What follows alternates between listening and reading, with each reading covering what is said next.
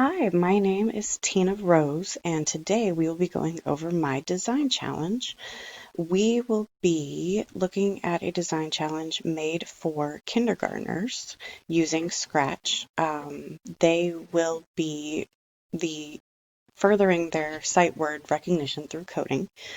We'll be using Scratch to animate a word that they have been working on and using the animation to allow them to recognize the word a little bit easier because they've been working with it. They've been looking at the letters, trying to figure out how they wanted them to move, and this will also be giving them some problem solving and some creative thinking, trying to decide what they want their final project to look like.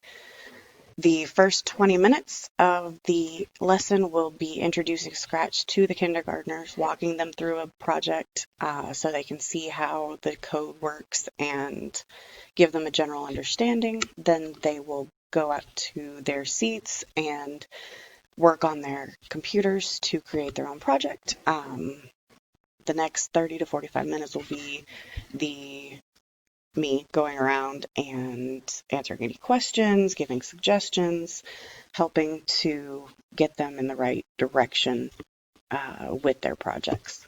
And then at the end of the lesson, we will be having students who volunteer come up, show their animations to the group, and tell what they've learned, what they had problems with, what word they looked at, and then we'll be doing our assessment.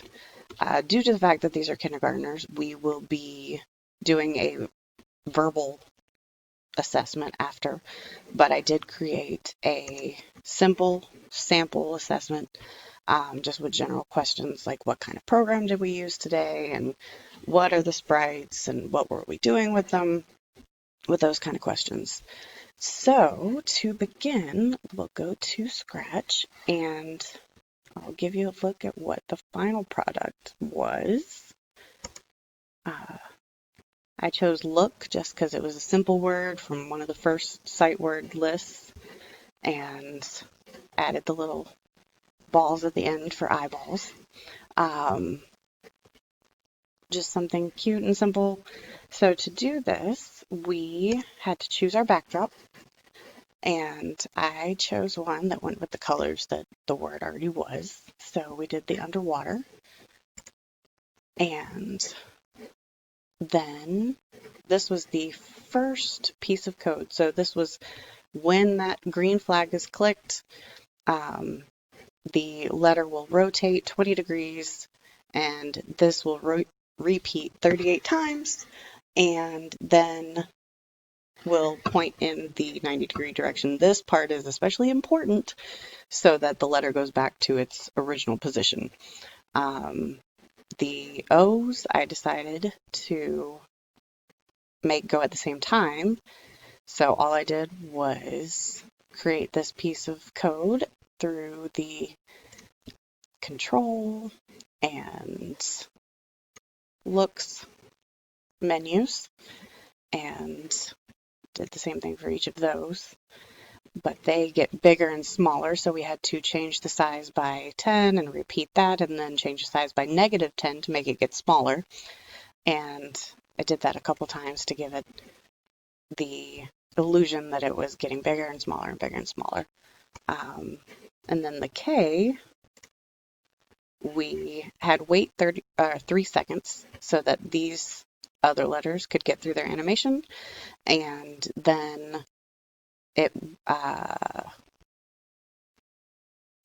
to get it to bounce, we had to change the y-axis. So we changed that by 20 so it would go up, and then changed it by -20 so it would come back down, and it makes it look like it bounces. So it waits 3 seconds, and then it starts bouncing.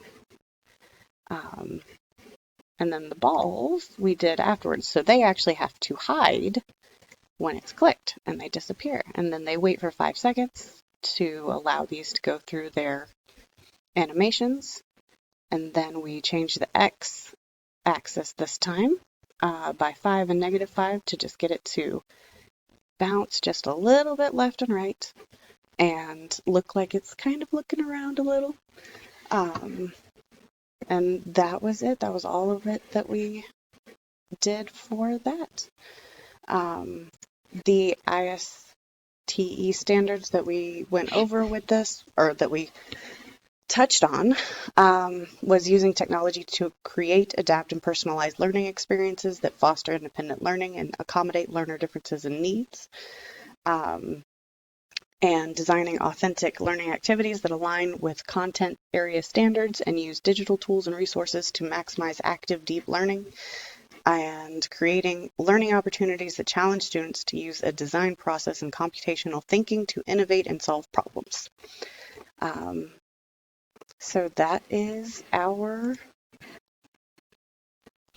project.